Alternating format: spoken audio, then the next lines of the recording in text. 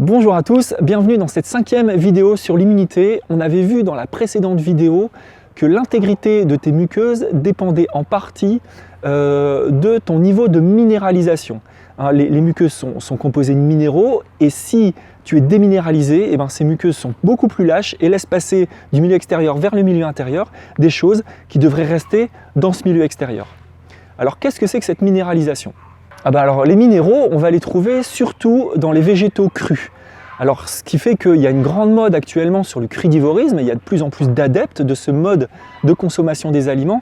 Alors moi, je suis un peu plus mesuré parce que tout le monde n'est pas capable de digérer des aliments crus tout le temps. La charge digestive d'un aliment cru est beaucoup plus importante que celle d'un aliment cuit. Ce pour une bonne raison, c'est que la cellulose, c'est-à-dire la partie croquante du légume, et ce sont des fibres en fait, est beaucoup plus difficile à digérer quand elle est crue que quand elle est cuite.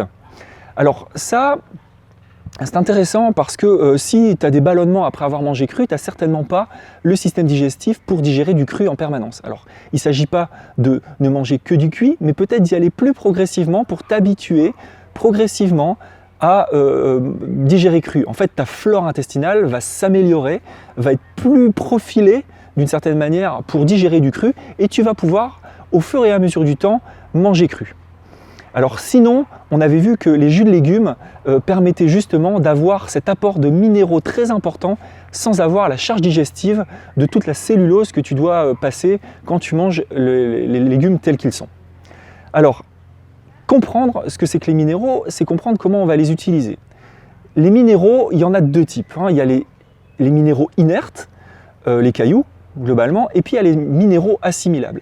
A priori, on n'est pas des mangeurs de cailloux, c'est-à-dire que si je broie un caillou, même en micro partie de caillou, si je te fais ingérer ça, tu ne vas pas l'assimiler, tu vas le retrouver directement dans les toilettes.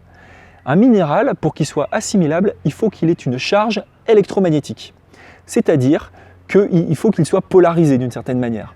En fait, dans un atome, tu as des charges positives et des charges négatives, et à partir du moment où cet atome perd un électron, il acquiert une charge électromagnétique, et c'est ce qui fait que le minéral, à partir du moment où il acquiert cette charge, va devenir assimilable.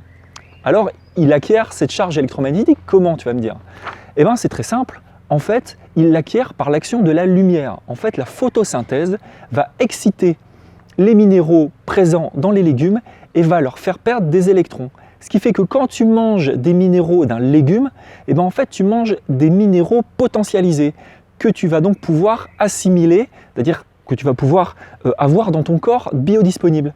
Ce n'est pas le cas par exemple dans les eaux minérales, ça c'est intéressant, puisqu'on me demande souvent quelle eau je peux boire, etc. etc. Surtout pas des eaux minérales, parce que les eaux minérales contiennent des minéraux inertes que tu ne peux pas assimilé, donc ça n'a aucun intérêt et ça peut même être dommageable parce que ça peut créer des calculs notamment au niveau des reins, ça surcharge ton rein de travail parce qu'il doit éliminer ces minéraux qui ne sont pas biodisponibles. Alors venons-en à la cuisson maintenant, parce qu'en fait la cuisson a ce problème, c'est que si elle est très longue, enfin trop longue, et si elle est trop intense, elle fait chuter la charge électromagnétique des minéraux. Donc en fait, à partir du moment où tu fais cuire tes aliments, tu perds cette charge minérale. Et donc, les minéraux inclus dans les légumes que tu fais cuire ne sont plus assimilables. Donc ça pose un problème.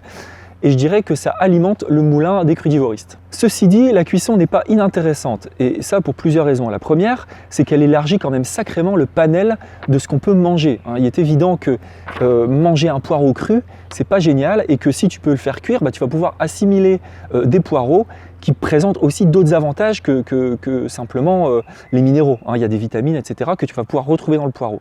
Ça, c'est la première chose. La deuxième chose, c'est que, je l'ai dit tout à l'heure, les fibres deviennent plus molles, plus faciles à digérer, moins irritantes pour l'intestin. Et ça, pour les gens qui ont un intestin sensible, c'est intéressant.